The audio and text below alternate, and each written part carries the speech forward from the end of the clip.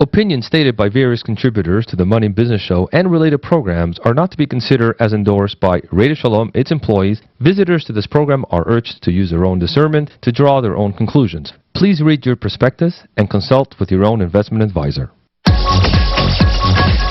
Live from the studios of Radio Shalom, 1650 AM in Montreal, Canada, the city of Joie de Vivre, the world capital of culinary variety, and the home of the Montreal Canadiens. This is the Money and Business Show with your host, Samuel Izerzer. Every week, Samuel and his guests discuss money, investments, financial services, and the world economy. Over the next hour, you can have your questions about business and personal finances answered. So call 514-738-4100, extension 200, to speak with Samuel and his guests. And now, here is the host of the Money and Business Show, Samuel Izerzer.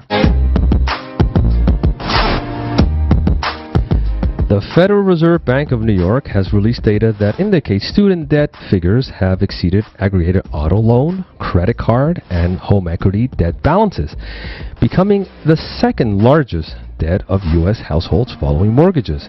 Student loans have reportedly soared in popularity over the past decade, with the aggregated student loan balance reaching about $966 billion at the end of 2012.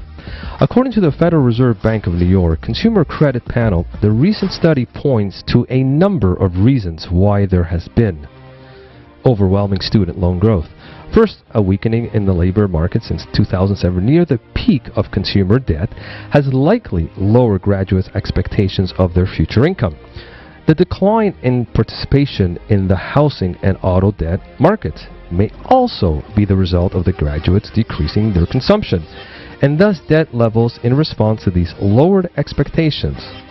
So how can we pay these loans? There are many students who rack up plenty of debt by the time they get to the workforce. How can I pay for all that debt? And how can I pay the school loans? There are many options, but one option we're going to talk about is bartending and how graduates can make money while going to school and pay their debts. There are some who can make tips well above $200 to $300 or even $400 a day. Today, we're going to talk about how students can pay their loans quicker by becoming a bartender. Yes, bartender. We have Patrick Ohanesian on the line, live in Montreal, who owns Bartend.ca here in Montreal. Bartending, positions are highly desirable and equally hard to get. The job itself is fairly simple, but getting one's foot into the door is not. If you don't have any experience, your chances of getting a bartending job are as good as you're winning a lottery. Why should an establishment hire someone without experience when they can call their local bartending school and get graduates who have already been trained in the basics? Don't get me wrong, there are those who, that can find jobs with no experience, but it usually is because their friend owns the place. Yes, owns the place, or they're a hot-looking person, good-looking, and hey, you're hired. That the owner or manager wants to put, maybe, who knows, one day, hey, you're going to make a lot of money with us. Today we will go live again to Montreal at Bartend.ca to talk to Patrick.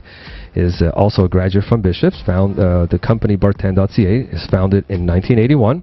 The Master of School of Bartending is the oldest private bartending and table service training institution in Canada. It provides the hospitality industry with a quality workforce by training qualified professionals, bartenders, and waitresses. It's 3 schools located in Montreal, Ottawa, Hull, and Quebec City. The bilingual courses offered by the Master of School of Bartending are recognized by employment in Quebec. That's right.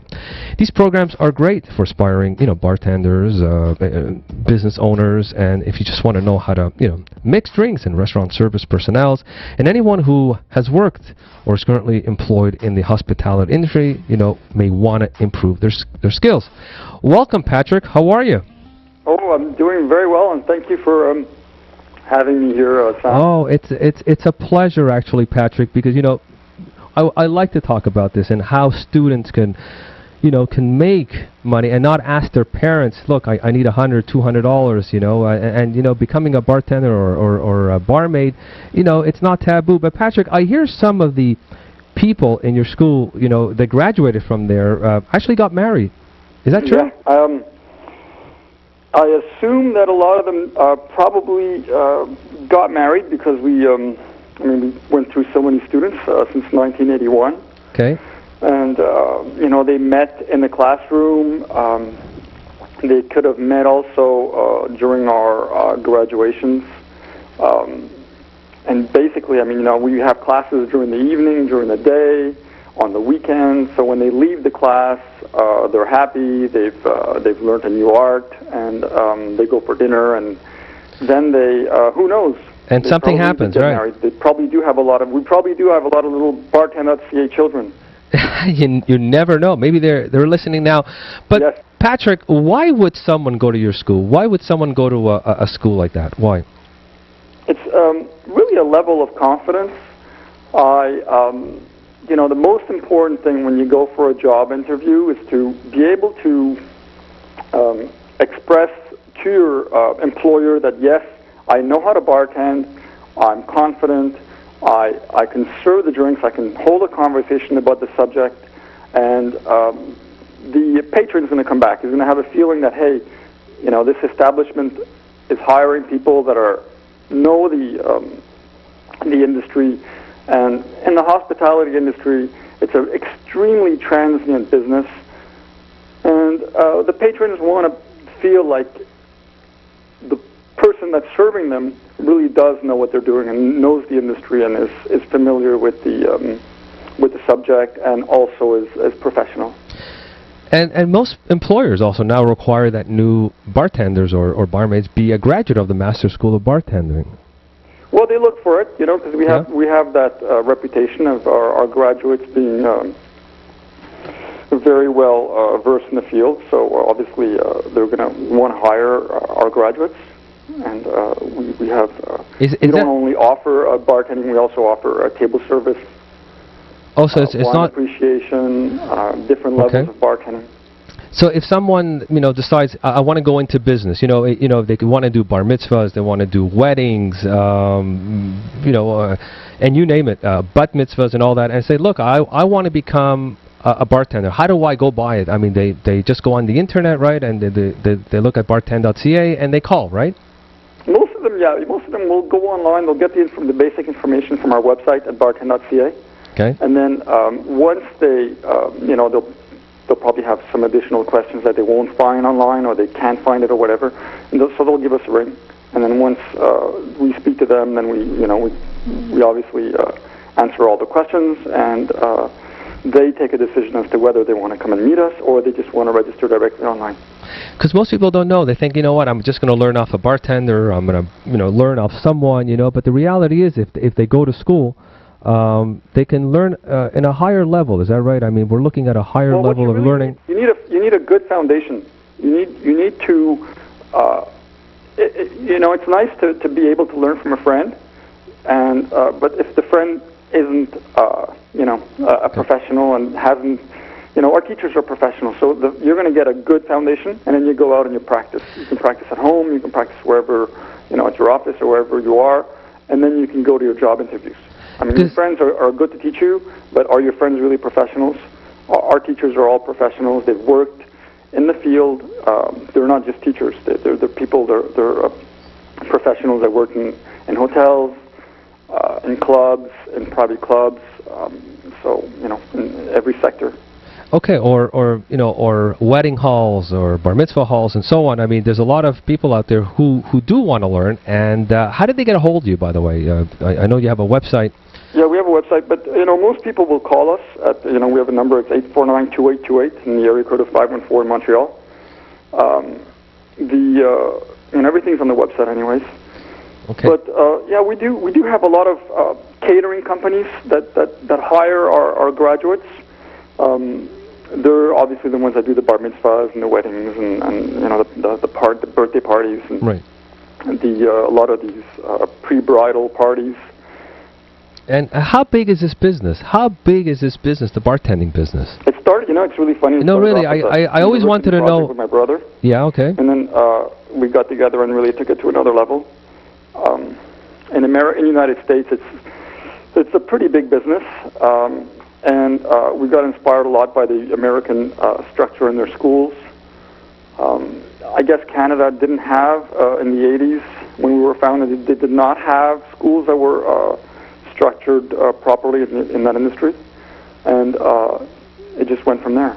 It's a popular. I mean, people do want to learn how to properly work in the hospitality industry. We don't only cater to bartenders. We cater to, everything from wine appreciation.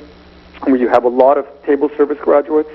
These are graduates that learned how to serve food, not just serving drinks. They learned how to serve food. They learned how to, properly open a bottle of wine, properly open a bottle of champagne. The service industry is an industry where there's a lot of fault. If you when I go to a restaurant, I mean, it's like I'm wow. These guys need to go to school. And you're right. And you're right. There's sometimes when I order a drink, they mix up the drink differently, different glass somewhere. You feel like they're making mistakes, and you don't want to come back, or you don't want to leave a tip. And obviously they didn't go to the school and learn the proper way of doing it. But a lot of the hotels are looking for someone who graduated from your school. Is that right? They're looking for certification. So there's hotels, the hotel industry, the nightclub industry, the private club industries. A lot of private clubs, they want to hire someone that's mature. They don't really care too much about hiring a young guy that's good looking, that can make a drink quickly. They want to hire someone that's a professional, that is going to be able to mingle with their private club members and not just prepare drinks. And that's something that we really teach them. We teach them. So what you're saying, Patrick, the history of the spirit and so on. So what you're saying, Patrick, it doesn't really matter the age. They could be 20, they could be 60, they could be 50. It doesn't really matter. Yeah. There's in the hospitality industry, in the different sectors, be it the bar, the nightclub, the restaurants, the hotel, the private club, even the cruise ships. Every employer has in his mind a degree of maturity that they're looking for. I mean, you're not going to be 40 years old and go work in a nightclub unless you're 40 and you look like you're 25. Right. And you could work really hastily, and you could prepare I don't know how many drinks in a minute and in an hour, but you can really prepare drinks. That's all you're basically doing in a nightclub, is preparing drinks. Whereas in the private club, you're going to have a patron asking you for a drink, and he's also might ask you to recommend him a drink, and recommend him either a dry drink, a sweet drink, a light drink. So I mean, if you don't know your spirits, you're not gonna know. Yeah, and this is what we're going to talk about a little bit later. We're going to talk about more of the spirit. But Patrick, stay on the line, okay? Yes. We're going to go through a commercial. Okay, that is Patrick Ohanessian. Okay. Well, I'm not going anywhere. We're right here.